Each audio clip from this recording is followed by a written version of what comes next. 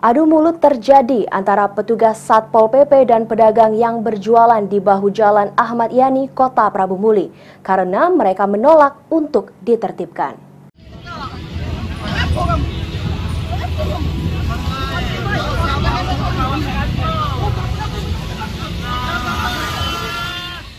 Seorang pria yang tak terima barang dagangannya diangkut terlibat adu mulut dengan petugas Satpol PP Kota Prabu Muli.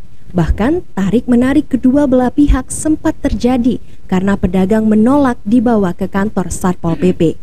Setelah belasan petugas Satpol PP tersebut pergi, salah satu pedagang yang enggan diwawancarai secara langsung mengaku perlakuan terhadap dirinya tidak adil.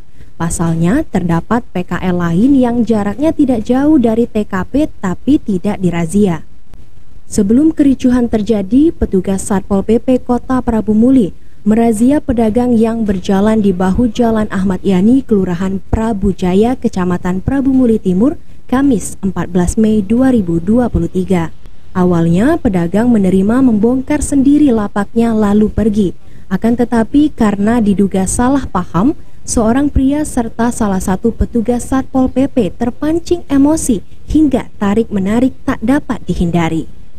Kepala Bidang Penegakan Perda Satpol PP Kota Prabu Muli, Sofwan Hadi menjelaskan, sejumlah PKL nakal sebenarnya sudah diberi peringatan 3 kali agar tidak berjualan di trotoar maupun badan jalan.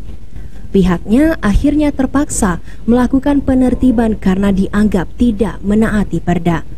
Selain menertibkan PKL di depan Taman Prabu Jaya, Satpol PP juga merazia manusia silver yang mengganggu kenyamanan pengendara.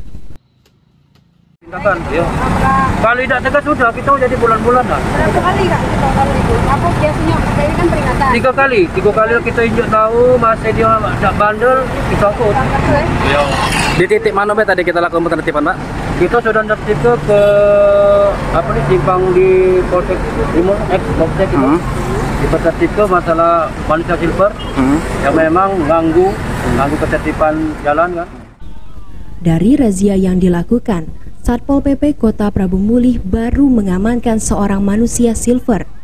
Kabid Penegakan Perda Sofwan Hadi menegaskan, bagi pedagang yang masih membandel, pihaknya akan terus merazia dan tak segan-segan mengangkut lapak pedagang. Beni Firdaus, PAL TV.